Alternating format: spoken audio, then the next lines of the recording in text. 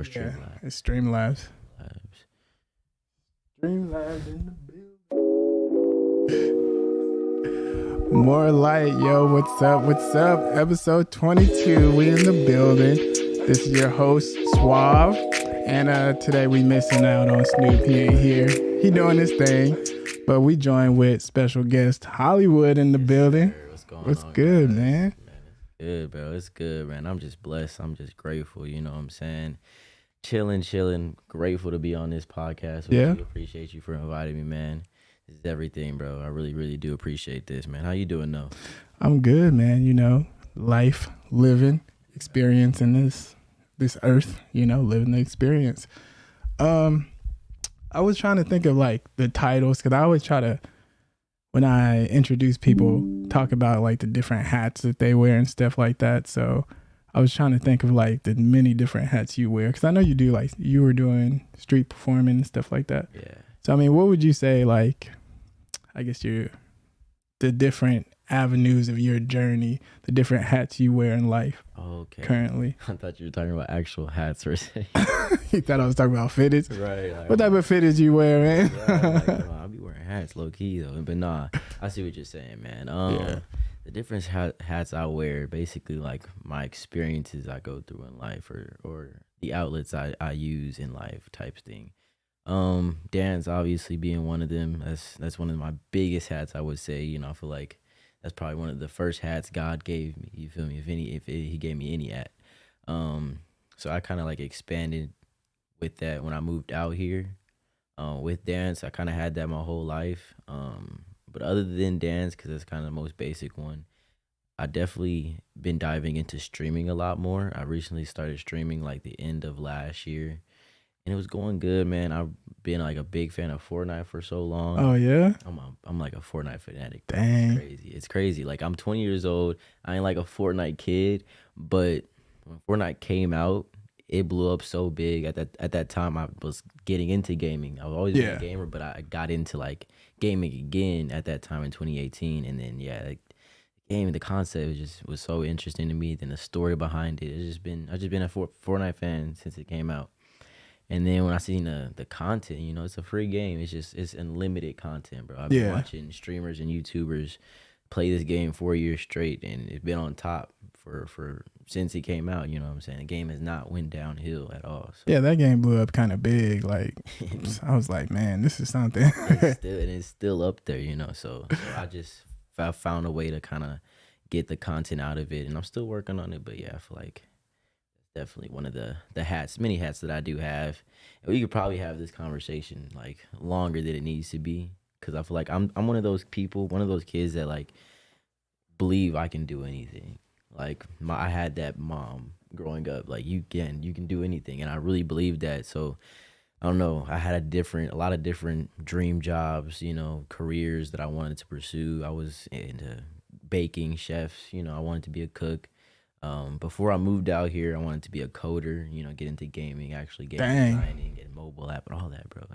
Dang, yeah, that's big. Hey, it's always good to have a parent that inspires you that you can do anything. Look at Kanye, man. Yeah, Donda is everything for that man, bro. So we all definitely need those Dondas in our life, bro, because life is too hard for you to be doing it on your own. You Facts. know what I'm saying? And for the people that can, it's big shout outs to you. But yeah. I actually was one of those who wasn't fortunate enough, I guess you could say, to have parents that kind of would say like, you can do anything you set your mind to. I didn't get that. Right. So I was like, dang, I used to think like, man, I got to get out of school and go to college and do this and do that. It was like a strict. It's so tunneled for a lot of kids, bro. And it's like, yo, man, we got to do better. We got to invest in our kids' futures. We got to like literally tell them they can touch the sky because they will try to. And as long as you make them believe that they can't, that's all they're going to believe their whole life, bro. Yeah. And breaking out of that way of thinking from being somebody who was in that box way of thinking, now I look at it now and I'm like, man, I cannot look any other way to try to be like one note on one specific way, you know, like trying to build my life towards the picket fence and the people live for other people. You realize that? Yeah. Like Yeah. people, like especially kids, obviously, you know, they're the product of their parents. So anything their parents taught them, showed them, anything, that's what they're gonna be. But they really grow up living for their parents and not realizing that they are in control of their own life. Yeah. And that goes so much deeper than a lot of people think, you know, like, yeah, you are obviously in control of your own life, but like once you realize you can literally do what you want to do in your own life, it's like, bro, you can, you know, follow your dreams, pursue something that you love, or, you know, fall to the slavery of the government like your parents did. Like, it's crazy. Yeah, fall to the slavery of the system. Yeah, I definitely think that, though, is people live for other people, but it's crazy thinking about it, because you sit there and you be like, man, I'm big in favor of, like, do you be your own individual. But the reason why I'm like that is because I feel like everybody like what you like if you like something, you feel like you should follow that specific wave, but be you in it, you know what I mean? Yeah, big facts. Yeah, so it's like, if I like a specific shoe brand, it's like, oh, I'll rock those. Yeah, people might not mess with it, but I'll be like, I mess with it, you know. And then there's some that everybody mess with, and I'll be like, I mess with that too, you know. So man. I think that was one of the first like memories, like lessons I can remember going back to my childhood. Like I feel like that's one of the first lessons I feel like I learned, because I'm the oldest of 6 siblings, so I'm 20. You know, I got 4 brothers and then a sister. But growing up with them, I was like, I didn't really like my siblings. Like not that I didn't like them. It's just being the oldest sibling, I wanted to be with my friends type stuff. Yeah. So when we outside playing and I don't want to play with them, it's like I'm choosing them or I'm choosing my friends over my brothers, my siblings. And my mom always was on me about that. Like, you know what I'm saying? It's always gonna be your family over your friends. Like fuck a friend type thing. It was always that. Yeah. And it always stuck with me, you know what I'm saying? And I took it for granted, you know, a lot of my life, but it really, really stuck with me because what did you say one more time? Oh, I was talking about individuality. Right. Basically, like being yourself, finding yourself, and, you know, liking what you like. Type stuff. Yeah. I low-key lost my whole train of thought going with that.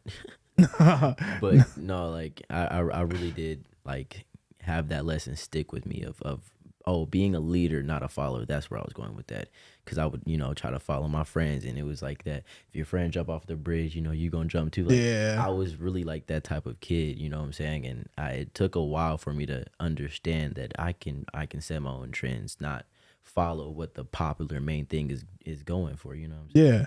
So yeah, that's definitely a big lesson for sure. And that's one thing I noticed about you, though, is you kind of do have like your own wave. You do your things your way.